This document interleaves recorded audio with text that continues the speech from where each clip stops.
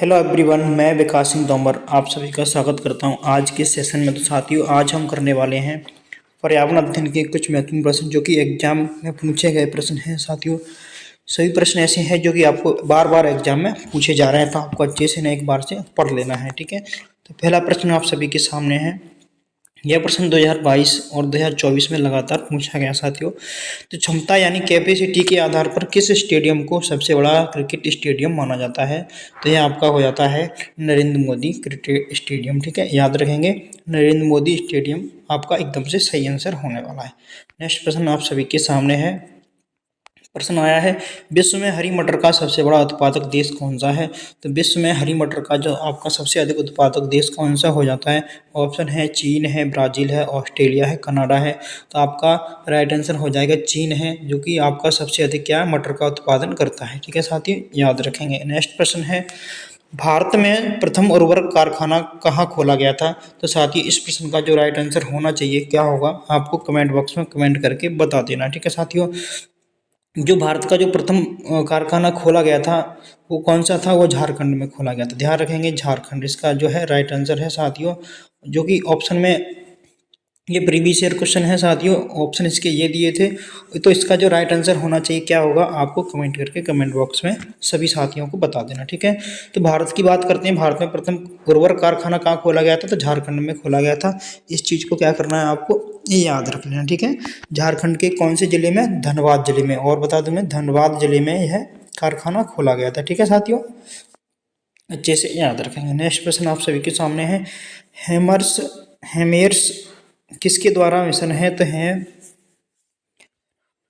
किसके द्वारा है? नासा है, डीआरडीओ है, जैक्सा है, इसरो है। तो साथियों, आपको इन सभी की क्या है, एजेंसियों के नाम याद रखे हैं। नासा कहाँ की एजेंसी है? DRDO, JAXA, ISRO.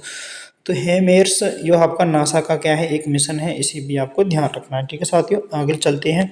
बंदर, सिंह और चूहे का घर क्रमशः है, इस तरह के प्रश्न भी आपको पूछे ही जा रहे हैं साथियों। तो घोंसला हो जाता है आपका पेड़ है, गुफा है, गुफा है, बिल है, पेड़ है, पेड़ है, गुफा है, बिल है। तो आपका जो राइट आंसर होगा, पेड़ हो जाता है, गुफा हो जाएगी, बिल होगा, क्योंकि बंदर आपका पेड़ पर है, सिंह आपका गुफा में रहता है, चूहा आपका बिल में रहता है। ऑप्शन आपका सी एकदम से राइट आंसर हो जाता है। अगला प्रश्न आप सभी के सामने है। दंत चिकित्सक दांत दर्द निवारक के लिए किस तरह के फल खाने को कहेगा? तो किस तरह के फलों को खाने के लिए बोलता है? शुष्क फल, ताजे फल, खट्टे और रसदार फल, मीठे एवं गूदेदार फल। तो यह बोलेगा कि खट्टे और रसदार फल खाने चाहिए, जिसमें क्या है, विटामिन सी होता है। ठीक है साथियों, याद रखेंगे। नेक्स्ट प्रश्न अगला है। भारत विश्व में तिलहन का सबसे बड़ा उत्पादक है, यह कथन सही है या गलत है, बता देना है। तो यह कथन क्या है, बिल्कुल से कैसा है, सही है। ठीक है, जो भारत है हमारा विश्व में तिलहन का सबसे अधिक बड़ा उत्पादक देश है। ठीक है, ध्यान रखें इस चीज़ का। ऑप्शन ए एकदम से करेक्ट आंसर हो जाता है। नेक्स्ट है आप सभी के सामने, कौन सा शहर ताज टेपियम का हिस्सा नहीं? पूछा है, नहीं है। ऑप्शन ए है आगरा है, फिरोजाबाद है, मथुरा है, गाजियाबाद है। तो यह आपका हो जाता है गाजियाबाद है, जो क्या है, इसका जो हिस्सा नहीं है। ठीक है, किसका? ताज पेट्रोलियम का हिस्सा नहीं है। ठीक है साथियों, ओजोन छिद्र है। ओजोन छिद्र क्या है? वातावरण में एक छिद्र है, जलमंडल में छिद्र है, क्षोभमंडल में छिद्र है, ओजोन परत का विनाश है। तो ओजोन छिद्र क्या है? जब ओजोन छिद्र होगा तो क्या होगा, हमारा ओजोन परत का विनाश है। तो अब आपको बताना है कमेंट करके, ओजोन परत किस मंडल में पाई जाती है, कमेंट करके आपको बता देना। ठीक है, सीएफसी लगातार समता मंडल में कौन से रेडिकल उत्पन्न करते हैं और ओजोन परत को नुकसान पहुंचाते हैं? तो साथ ही इस तरह के प्रश्न आपको भाषा घुमा घुमा कर हर सेट में पूछ रहा है, तो आपको बता देना। ठीक है, जो सीएफसी होता है, समताप मंडल में लगातार क्या है, रेडिकल उत्पन्न करते हैं और ओजोन परत को नुकसान पहुंचाते हैं।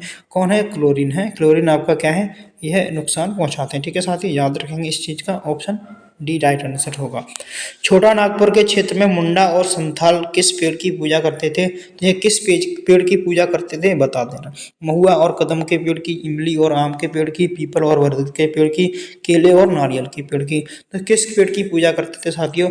ये करते थे महुआ और कदम के पेड़ की पूजा करते थे। ठीक है, कौन? संथाल जनजाति के लोग। ठीक है, याद रखेंगे, अच्छे से ध्यान रखेंगे। देखो एक चीज़ और मैं बता दूं, इनका एक क्या है, बहुत बहुत ही प्रसिद्ध त्यौहार है, सोहराय। ठीक है, इनका जो सोहराय क्या है, सोहराय इनका ये क्या है, मुंडा जनजाति का क्या है, त्यौहार है। ये 5 दिन का त्यौहार होता है। ठीक है साथियों, यहाँ पर क्या करते हैं, जो बैल होता है हमारा, बैल और सांड, ठीक है। बैल यानी बैल और कौन, भैंसों, भैंसों को क्या करते हैं, आपस में लड़ाई करवाते हैं, ठीक है साथियों। तो यह सोहरा एक त्योहार है किनका है, तो यह मुंडा जनजाति यानी मुंडा और संथाल जनजातियों का क्या है, एक त्योहार है, ठीक है साथियों। इसे आपको याद रखना है, ध्यान रखेंगे अच्छे से। जो संथाल जाति है आपकी, उसका क्या है, यह त्योहार हो जाता है, ठीक है साथियों। नेक्स्ट प्रश्न है, डीआरडीओ की प्रयोगशालाओं को कितने प्रौद्योगिकी समूह में वर्गीकृत किया गया है, तो इसका सही आंसर होने वाला क्या होगा। तो साथियों अभी तक आपने हमारे चैनल को सब्सक्राइब नहीं किया, चैनल को सब्सक्राइब जरूर कर लीजिएगा और बेल आइकन को दबा लीजिएगा। यदि सेशन अच्छा लग रहा है तो लाइक जरूर कर दें, क्योंकि जब तक आपका एफबी टेट का एग्जाम खत्म नहीं हो जाता तब तक हम इसी तरह से आपके लिए वीडियो लेकर के आते रहें, ठीक है। और आगे हम जितने भी साथी हमारे क्वालिफाई हो चुके हैं उनके लिए क्या करना है, हमें आगे तैयारी को कंटिन्यू रखना है, ठीक है। तैयारी को बंद नहीं करता है, क्योंकि आपके एग्जाम कभी भी हो सकते हैं, क्योंकि आप ज़्यादा समय आपको नहीं मिलेगा तैयारी करने के लिए। जब भी नोटिफिकेशन आपको देखने को मिलेगा मेन एग्जाम को, तो आपको बिल्कुल भी तैयारी अपनी बंद नहीं करनी है। एग्जाम जैसे ही आप एग्जाम देके आते हो इसी तरह से आपको तैयारी में लगे रहना, ठीक है। तो कितने वर्गों में समूहकृत किया गया है, तो समूह में वर्गीकृत किया गया है 5 में, ठीक है। याद रखेंगे इसका जो काम है क्या है, हथियार बनाना, ठीक है। जैसे लड़ाकू वाहन है, इंजीनियरिंग सिस्टम को क्या करना, डेवलप करना, ठीक है। मिसाइल यानी उन्नत किस्मों की मिसाइलों को तैयार करना, ठीक है। ये सारा काम किसका है, तो आपका डीआरडीओ करता है, ठीक है। हथियारों का युद्ध क्षेत्र में जो भी जितनी भी सामग्रियों का इस्तेमाल होता है वो सारा काम कौन करता है, तो आपका डीआरडीओ करता है। याद रखना इस चीज़ को। मिट्टी को निम्नलिखित में से क्या कहा जा सकता है, देखो मिट्टी से आपके लगातार प्रश्न पूछे जा रहे हैं, कुछ ना कुछ आ ही रहा है। तो मिट्टी को त्वचा कहते हैं, पृथ्वी की ढाल कहते हैं, पृथ्वी की सतह कहते हैं, पृथ्वी की छाया कहते हैं, इसे बोलते हैं पृथ्वी की त्वचा कहते हैं। याद रखेंगे, ठीक है साथियों, अच्छे से ध्यान रखना है। भारत में राष्ट्रीय पटसन बोर्ड का मुख्यालय कहाँ है, तो भारतीय पटसन बोर्ड का जो मुख्यालय है आपका कहाँ पर हो जाता है, कोलकाता में है साथियों। इस चीज़ का आपको ध्यान रखना है, ठीक है। पटसन यानी पटसन को हम क्या और बोलते हैं, जूट बोलते हैं, ठीक है। याद रखेंगे इस चीज़ को, जूट, जूट बोलते हैं, ठीक है। गोल्डन रेशा किसे कहते हैं, गोल्डन फाइबर के नाम से किसे जाना जाता है, तो गोल्डन फाइबर के नाम से भी इसे जाना जाता है, ठीक है। गोल्डन रेशा याद रखेंगे, ध्यान रखेंगे। गोल्डन रेशा किसे बोलते हैं, जूट को बोलते हैं, ठीक है। ये कहाँ पर पाया जाता है, तो पश्चिम बंगाल में। याद रखेंगे एक और नाम है जूट, पटसन और गोल्डन रेशा, ये तीनों नाम किसके हैं, आपके पटसन के हो जाते हैं, ध्यान रखना अच्छे से। भूटान का राष्ट्रीय खेल क्या है, भूटान का राष्ट्रीय खेल क्या है पूछेगा आपसे, तो क्रिकेट है, फुटबॉल है, हॉकी है, तीरंदाजी है।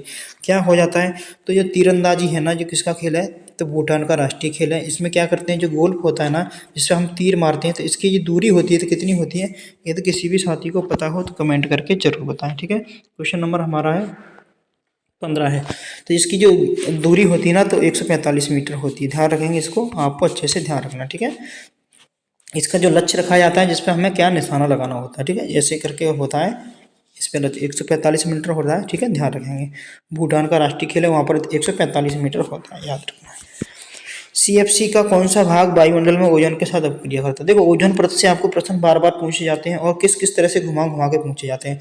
तो सीएफसी का कौन सा भाग वायुमंडल में ओजोन के साथ अपक्रिया करता है, तो जो क्लोरीन है आपका, जो वायुमंडल में क्या करता है, सीएफसी के यानी क्लोरोफ्लोरो के साथ में क्रिया करके क्या करता है, ओजोन का विनाश करता है, ठीक है। इस तरह के परमाणुओं को तैयार करता है, जिससे क्या है, ओजोन हमारी क्या हो जाती है, नष्ट हो जाती है, ठीक है। अणुओं का तैयार करता है। निम्नलिखित में से किसके लिए सीएफसी का योगदान है, तो किसके लिए सीएफसी का योगदान है, यानी क्लोरोफ्लोरोकार्बन का किस में योगदान है, विश्वव्यापी उष्णता यानी जो आपकी हीट बढ़ जाती है ना वायुमंडल, उसके लिए, ओजोन रिक्तीकरण के लिए यानी ओजोन छिद्र के लिए जिम्मेदार है। तो यह आपका दोनों के लिए हो जाता है, ठीक है। देखो सरल प्रश्न पूछेगा तो आपको क्या है, घुमाने यानी अटकाने के लिए वो क्या है, एक ही प्रश्न में दो दो क्या है, ऐसे ऐसे शब्दों को डालेगा जिससे आप क्या है, भूल जाओ। तो आपको एक काम नहीं करना है, इस तरह से प्रश्न आपको अब देखने को मिलेंगे आगे, ठीक साथियों। तो आपको क्या है, इन्हें अच्छे से क्या है, रिवाइज करना है, पढ़ना है, ठीक है। क्योंकि ऐसे प्रश्न आपको मिलेंगे अब आगे, जिनका भी साथियों का एग्जाम आगे है तो उन्हें ऐसे प्रश्न अब देखने को मिलने वाले, ठीक है। क्योंकि अब एक लाइन में प्रश्न नहीं देने वाला, वो क्या है, घुमा घुमा के पूछेगा भाग, ठीक है। गिर अभ्यारण्य किस राज्य में स्थित है, तो गिर आपका कहाँ पर स्थित है, तो गुजरात में हो जाता है, ठीक है। याद रखेंगे गुजरात में, गिर अभ्यारण्य आपका कहाँ पर हो जाता है, गुजरात में हो जाता है। ये अच्छा प्रश्न है। देखो अब आपका बायोलॉजी से भी यानी उससे भी प्रश्न आ सकता है, ठीक है। यूकैरियोटिक में प्रकाश संश्लेषण कहाँ होता है, यूकैरियोटिक में प्रकाश संश्लेषण आपका कहाँ होता है, तो माइटोकॉन्ड्रिया में होता है क्या, ऑप्शन ए है। ऑप्शन बी आपका हो जाता है साइटोप्लाज्मा में होता है क्या, क्लोरोप्लास्ट में होता है क्या, रिक्तिकाएं में होता है। तो यह किस में होता है आपका बताना है, जल्दी से साथियों इस प्रश्न का उत्तर देना है सभी साथियों को। तो यह आपका क्लोरोप्लास्ट के अंदर होता है, ठीक है, ध्यान रखेंगे इस चीज़ को।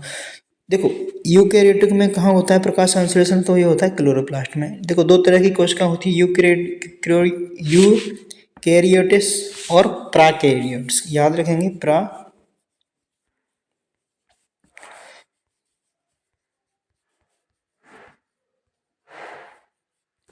तो प्राकैरियोटिक में जो आपका प्रकाश संश्लेषण होता है कहाँ होता है, तो ये होता है आपका श्लेष्म झिल्ली में होता है, यानी सॉरी साथियों, प्लाज्मा झिल्ली में होता है। प्रकाश संश्लेषण कहाँ होता है, प्लाज्मा झिल्ली में, प्लाज्मा झिल्ली में होता है। कहाँ पर होता है, प्लाज्मा झिल्ली में, याद रखेंगे इस चीज़ को, आपको ध्यान रखना अच्छे से। देखो प्राइकैरियोटिक में प्रकाश संश्लेषण कहाँ होता है, आपका प्लाज्मा झिल्ली में होता है, ठीक है। यहीं पर हम बात करते हैं यूकैरियोटिक में होता है तो क्लोरोप्लास्ट में होता है, ठीक है। इन दोनों चीज़ को आपको अच्छे से एक बार से याद रख लेना। चलते हैं अगले नेक्स्ट प्रश्न पर, मेरा आप सभी के सामने। तो यहाँ से प्रश्न भी आपको लगातार देखने को मिल रहे हैं। जमीन से हवा में मार करने वाली मिसाइल कौन सी है, यानी सतह से,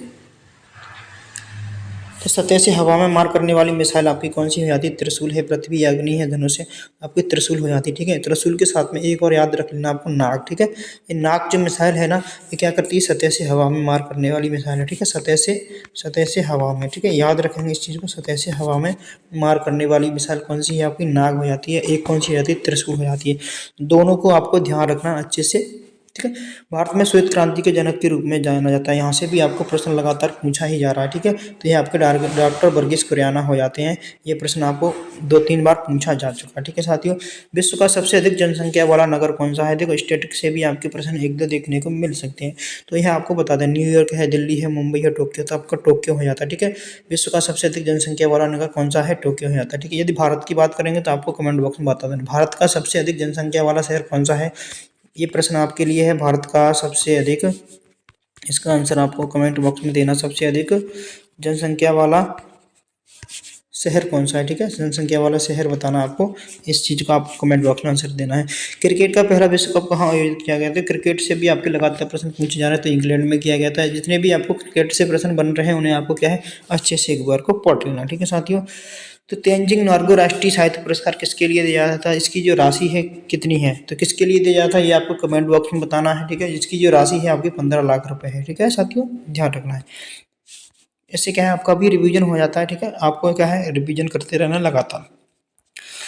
अफ्रीका की जो इमारत बनाने के लिए किन सामग्री का उपयोग कर, अफ्रीका के जो सवाना के लोग हैं ना, वो इमारत बनाने के लिए किन सामग्रियों का उपयोग करते हैं, इस प्रश्न का मतलब ये है। किन सामग्रियों का उपयोग करते हैं, तो मिट्टी और ईंट का उपयोग करते हैं, ठीक है। ध्यान रखेंगे, अच्छे से याद रखेंगे। देखो बर्फ ब्लॉक, और क्या हम बर्फ के ब्लॉकों का उपयोग किस में करते हैं, तो इग्लू होता है ना, इग्लू अब बनाते हैं, इग्लू, ठीक है। इग्लू है साथियों, इग्लू हम बनाते हैं, उसमें क्या करते हैं, बर्फ के ब्लॉकों का इस्तेमाल करते हैं, एक के ऊपर एक रख करके, इस तरह से क्या है, एक घर बना लेते हैं, ठीक है, जिसे हम बोलते हैं इग्लू, ठीक है, ध्यान रखें। आयोडीन युक्त नमक का प्रयोग किस बीमारी में किया जाता है, देखो रोगों से भी आपके प्रश्न लगातार पूछे जा रहे हैं, ठीक है। पौधों से भी प्रश्न आपको लगातार पूछे जा रहे हैं, ठीक है साथियों, इनको भी आपको अच्छे से पढ़ के जाना है। तो बेरी है, रिकेट्स है, गलगंडा यानी घेंगा है, स्कर्वी, तो गलगंडा यानी घेंगा रोग आता है, ठीक है। विटामिन की किसके, आयोडीन की कमी से घेंगा रोग हो जाता है। देखो आयोडीन सबसे अधिक किसमें पाया जाता है, ये प्रश्न आ सकता है, आपको बताना है, किसी भी साथी को पता है आयोडीन कहाँ से प्राप्त करते हैं, हम बताना है। राष्ट्रीय एक दिवसीय क्रिकेट के सबसे ज़्यादा शिकार करने यानी डिसमिल वाले विकेट कीपर हैं, तो कौन है सबसे ज़्यादा, बताना है आपको। तो ये आपके कुमार संगकार हो जाते हैं, ठीक है। यहाँ से आपको प्रश्न बनने वाले हैं, क्रिकेट को आपको अच्छे से पढ़ जाना है। भारतीय अर्थव्यवस्था में कृषि सकल मूल्य वर्धित यानी जीविकाएं में बागवानी का क्षेत्रफल क्या योगदान है, यानी जो बागवानी हम करते हैं ना, उसका जो क्षेत्र का क्या योगदान है, कितने परसेंटेज क्षेत्र है हमारा, 33 है, 50 है, 82 है, 55 है, तो 33% क्षेत्र का योगदान है, ठीक है। ध्यान रखेंगे इस चीज़ को आप सभी। तो साथियों हम 30% कंप्लीट करने वाले हैं। सेशन अच्छा लग रहा हो तो लाइक जरूर कर देना है, ठीक है साथियों, और अपने दोस्तों के साथ भी शेयर कर सकते हो। कल से आपको क्या है, कंटिन्यू क्लास मिलने वाली है जब तक एग्जाम चलेगा, क्योंकि बीच में हम थोड़ा सा बिजी हो गए थे, ठीक है साथियों, इस वजह से क्लासेस नहीं आ पाई हैं।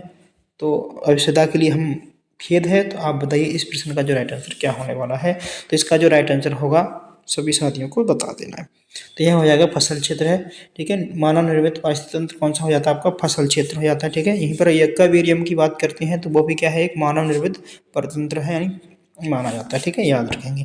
निम्नलिखित में ऐसी कौन सी घटना नाइट्रोजन को नाइट्रोजन के ऑक्साइड में परिवर्तित कर देती है? तो कौन सी घटना करती है ये करती है आपकी बिजली। ठीक है, याद रखेंगे, इसको आप ध्यान रखेंगे साथियों।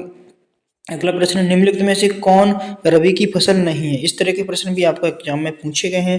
तो रबी की फसल कौन सी नहीं पूछा है? तो रबी में कितने अक्षर हैं साथियों? याद करने का मैंने तरीका बताया था, कभी नहीं भूलोगे। रबी में 2 अक्षर हैं, तो गेहूं हो जाती है आपकी। ठीक है, तो गेहूं रबी की फसल होती है। गेहूं के साथ में हम क्या बोलते हैं? गेहूं के साथ में सर मटर बोते हैं। मटर के साथ और मटर बोते हैं। मटरों में और क्या बोलते हैं? सरसों बोते हैं। ठीक है, सरसों, और सरसों में और क्या बोते हैं हम गेहूं के साथ में? बताइएगा यदि आपको याद हो। देखो, तो इसका जो राइट आंसर हो जाएगा, क्या हो जाएगा? निम्नलिखित में से कौन सी रबी की फसल नहीं है? तो मूंग है आपकी, क्या है? रबी की फसल नहीं है, याद रखेंगे इसको भी। ठीक है साथियों, ध्यान रखेंगे। गेहूं है, मटर है, ये सारी क्या है? रबी की फसल है। नहीं पूछा है तो मूंग आपकी रबी की फसल नहीं होगी। ठीक है, निम्नलिखित में से किस वर्ष में खाद्य प्रसंस्करण उद्योग मंत्रालय द्वारा मेगा पार्क फूड योजना शुरू की गई थी? कब शुरू की गई थी ये? तो किस वर्ष खाद्य प्रसंस्करण उद्योग यानी मंत्रालय यानी मेगा फूड पार्क की योजना की शुरुआत की गई थी आपकी? तो किस वर्ष की गई थी साथियों? 2007 में की गई थी। ठीक है, इसे आपको याद रखना है। ठीक है, 2007 में की गई थी। अगला प्रश्न है कि बैडमिंटन के खेल में शटल में कितनी पंख होनी चाहिए? तो कितनी पंख होनी चाहिए? जो बैडमिंटन का शटल है तो उसके अंदर 16 पंख होनी चाहिए। ठीक है, इसे क्या बोलते हैं? चिड़िया भी बोलते हैं। ठीक है, चिड़िया बोलते हैं। चिड़िया को क्या बोलते हैं? बर्ड्स बोलते हैं। ठीक है, तो बर्डी नाम बोला जाता है। बर्डी याद रखेंगे, जो शटल का जो इस तरह की चिड़िया होती है आपकी। ठीक है, इसमें पंख लगे होते हैं, इस तरह से आपके पंख लगे होते हैं। जो पंख लगे होते हैं, ये 16 पंख होते हैं। जो नीचे वाला हिस्सा होता है ना प्लास्टिक का, इसे क्या बोलते हैं? तो इसे बोलते हैं आपको कॉर्की। ध्यान रखेंगे, इसे बोलते हैं कॉर्की।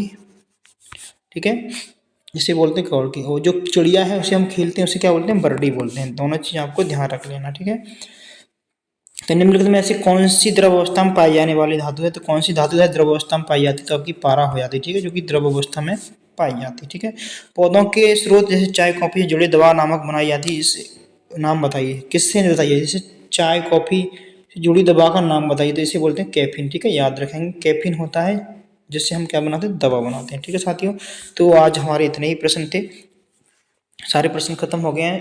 सेशन अच्छा लगा हो तो लाइक और अपने दोस्तों के साथ जरूर शेयर करना है। मिलते हैं अगली वीडियो में, तब तक के सभी साथियों को नमस्कार, जय हिंद, वंदे मातरम। Thank you for watching.